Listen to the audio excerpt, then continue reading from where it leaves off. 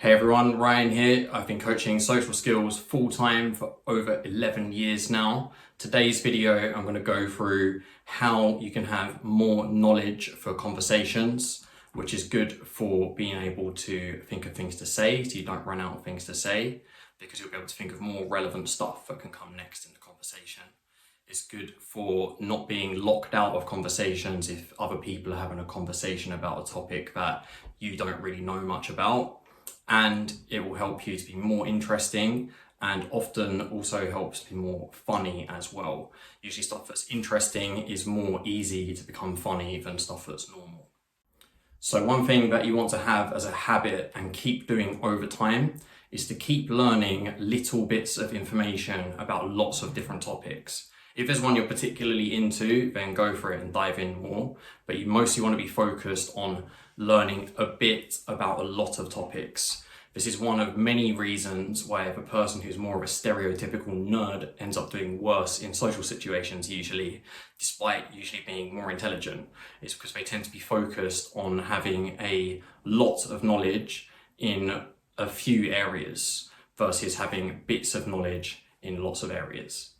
So this is something that you want to have as a habit over time. It's obviously not going to make a huge difference immediately, but if you're consistent with it and you're trying to learn something new most days, then you're going to see it produce good results within a few weeks to a few months and onwards. So ways that you can do this are just do it as you're going. So perhaps when you're running or doing work or eating or something, you can watch a video or listen to a podcast about some kind of topic. And another way that you can do it if you want to put more effort in is to write down a bunch of topics that you feel like you're curious about. It's important that you have good emotions towards it, because then you're more motivated to do it and you're more likely to remember the stuff to use in conversations later. So you make a list of topics that you think you'll be curious about but you don't know much about them, and then go away and have a look into them. Remember, we're studying for conversations and social situations, not for an exam. So looking at a YouTube video that has quick facts or reading quickly something on Wikipedia is much better nearly all of the time than reading a book, because you want just like quick surface bits of information that you can use in conversation rather than loads of in-depth information. Most of the time is not good for social situations.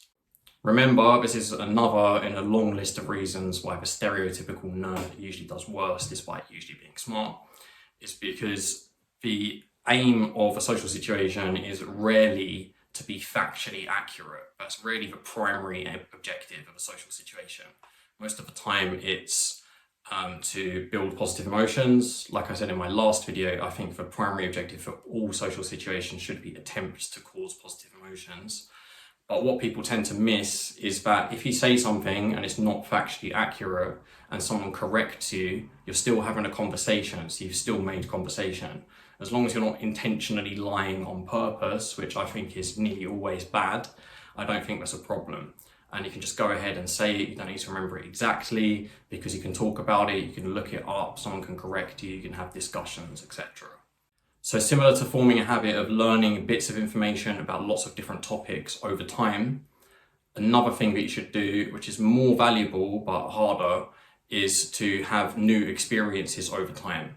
So one thing you can do is write down a list of new things that you want to do, and I'd recommend splitting it into categories of how difficult it is to do them. So obviously going to explore Antarctica is not really going to be realistic for most people because of the cost, the time, the cold, the penguins might attack you as well, all of these massive dangers and big barriers that you might face towards exploring Antarctica.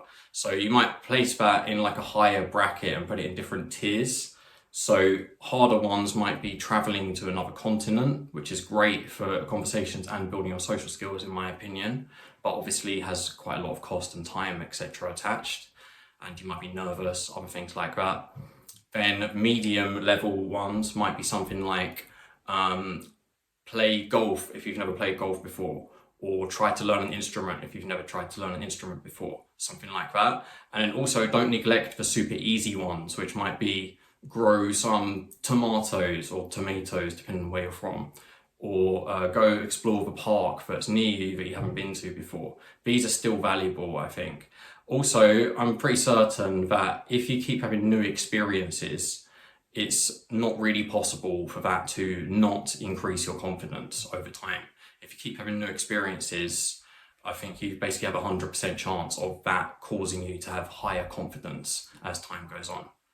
Another part of learning about different topics over time, and also a really good way to make conversations, especially if it's a topic you don't really know anything about. That's one thing that's common that's said to me is people say that they are in topics of conversation they don't really know anything about, they don't know how to contribute. If you're in a topic of conversation that you don't know much about or anything about, in nearly all situations, I'd recommend that you ask about the topic and you try to learn about it by asking questions.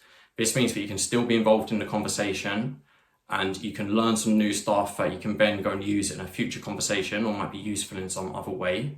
Also, it means that the conversation is more likely to shift topics as well and actually move away from that topic, because when someone's giving an answer to a question, most likely they're going to leave stuff in there that is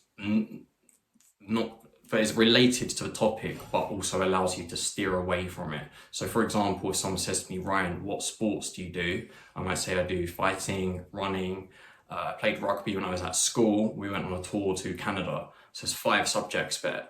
And we can now easily talk about traveling if we want to move away from sports. So even though I'm answering the question about sports, I ended up including something about traveling. It's still relevant to my answer because it's where I played rugby and I went on a tour when I was at school, but it is also something that could be focused on and moved away from the first topic also. Then another thing that's in addition to that and also separate, so outside of conversations, if you come across a subject on when you're watching, I don't know, TV or videos or listening to something, reading a book, etc., go away later and research the topic a bit. Just get some surface level information. A few minutes, 10 minutes is usually enough. Just watch a few videos. If you enjoy it, then watch some more. And remember, we're looking for quick, easy facts that you can learn and remember quickly, using conversations easily, and also stuff that, like Wikipedia, for example, that you can just skim through fast rather than an in-depth book is usually not as good. Also, another thing that I think is a good habit is when you come across a word and you didn't know what the word meant, look it up, and then over time you can expand your vocabulary, which will again have a similar effect to knowing about more topics. Not quite as good, but if someone says something in a conversation and you don't really know what they meant because it included a word and you don't know the meaning of it, then it's harder to get involved in the conversation. So having wider vocabulary isn't the most important thing for social skills. I think it's a bit overrated, but it's still useful to have. And if you just make sure that every time you don't know what a word means, you quickly look it up, then you're going to expand that over time. So in my opinion, the best conversation topics, and bear in mind that obviously the best conversation topic is going to depend on who you're talking to. People have different interests, etc. I'm obviously wearing a t-shirt that has some ancient Egypt stuff on it, and there's a cat there and a cat there. So you could guess that I'm probably into ancient Egypt and cats, and you'd be correct. It'd be unlikely that would be wrong in this scenario. But I mean, in terms of the general population, or in terms of someone who you don't really know hardly anything about, these are what I think the best topics are. Bear in mind, if you're from another country, this might be a bit different. I'm from the UK. I do meet lots of people from lots of different countries because I live in London. But if you're from a culture that's quite different, there might be some variation here. But the top one, in my experience, is traveling. I've never met anyone who doesn't want to talk about traveling. I've met a small handful of people, maybe 5 people at most, who don't want to go traveling, even they liked talking about it. I've never ever had anyone say to me, I don't want to talk about traveling. Traveling is really boring.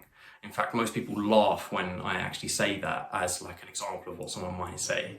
If you're that person, please let me know in the comments, because I'm still yet to find anyone who doesn't like talking about traveling at all.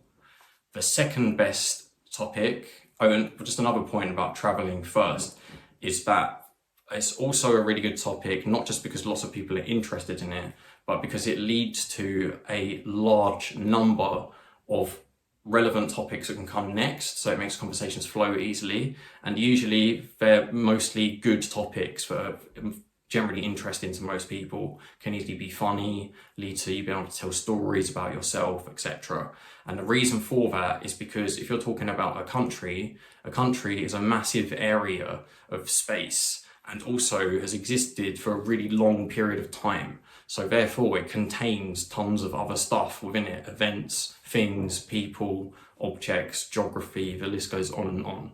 So simply due to the massive time and space that it takes up, it contains tons of stuff, and therefore it's easy to talk about. The second best topic, in my opinion, is animals. So animals, again, I can't remember anyone who didn't want to even talk about animals. I've come across people who don't really like animals, not many, but not anyone who doesn't really want to talk about them at all. With animals, there's tons of really funny, interesting, or like crazy facts about animals that you can learn easily and quickly. And there's tons of good videos on YouTube and other places that give this information in an entertaining format as well.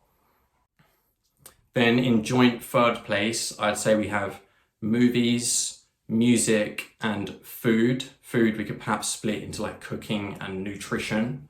By the way, I think nutrition is a really good topic to look into because it's useful no matter what your goals are. Nutrition will help you. I study nutrition quite a lot, like as a side thing to social skills, and have learned quite a lot about it, but it's very useful. So those ones I would say in the third bracket down. Then some that are more specific to boys and girls. Obviously there's girls who are into something and boys who are into something, so there's exceptions obviously. But I would say for boys, sport is usually a good option. Most boys are into sport to some extent. For girls, good conversation topics, I think, are social dynamics, like what I talk about here, and also stuff to do with like energy, spirituality, crystals, astrology, that kind of area. Obviously there's boys who are into that and there's girls who are into sports, but just as an average, I've found that it's quite a large proportion of girls who are into these topics and boys who are into those topics. So those are some habits to build in over time. I'd recommend that you keep reminding yourself of these habits. A lot of the time I recommend that people write down a short list. I think on your phone is usually the best option just due to how convenient it is, and just like quickly look through it one time a day, or if you're serious about building your social skills, 3 times a day. Once when you wake up, once before you go to sleep, and once somewhere in the middle of the day. And all this means is it's just going to keep you reminded to focus on this and try and build this in as a habit. And then later down the line, it'll be something that's natural to you and you don't really have to think about it anymore. Obviously, this is not going to pay off immediately. I mean, it might do. I've come across facts before and introduced them into a conversation and had a great conversation about it pretty much straight away. But mostly it's going to take a while before it starts paying off in a way that you can obviously see. If you stick to it and you're consistent and you stick to most of these things I've just mentioned, pretty much every time it happens or pretty much every day, then within a few weeks to a few months, you should start to see quite a big difference in your social interactions as a result of these habits and the new knowledge that you've gained. And remember, it's about variation of knowledge. It's about having lots of different topics that you know some stuff about, more than knowing loads and loads about one topic the vast majority of the time for improving social skills. So I hope you liked the video. I'm going to be trying to post quite a lot more videos now. I'm quite ambitious. I'm going to be thinking to post, and I'm aiming to post 1 a day, and I'm aiming to make more than 1 a day. I'm probably going to be posting on TikTok as well, but I thought I'd focus more on YouTube now. We do one-to-one coaching for social skills, including a completely free trial session of the one-to-one coaching. So we can get people to the point where they basically never again in their lives run out of things to say, not nervous in social situations anymore, someone who's not funny, dealing with arguments and how to set boundaries, flirting and dating, how to build a circle of friends, and more. If you're interested in booking a free trial session of one-to-one coaching, check the description. There'll be a link, or you can go to the website, or you can email me, info@socialshortcuts.com. Also have a video course on conversation. So this goes through all of my stuff on how to not run out of things to say in conversation. Plus it has quite a lot of stuff on how to overcome nervousness in social situations. The link to that will be in the description also, as well as some other stuff. So stay tuned, give me a comment, let me know what you thought, or if you have any questions, and I'll speak to you guys soon.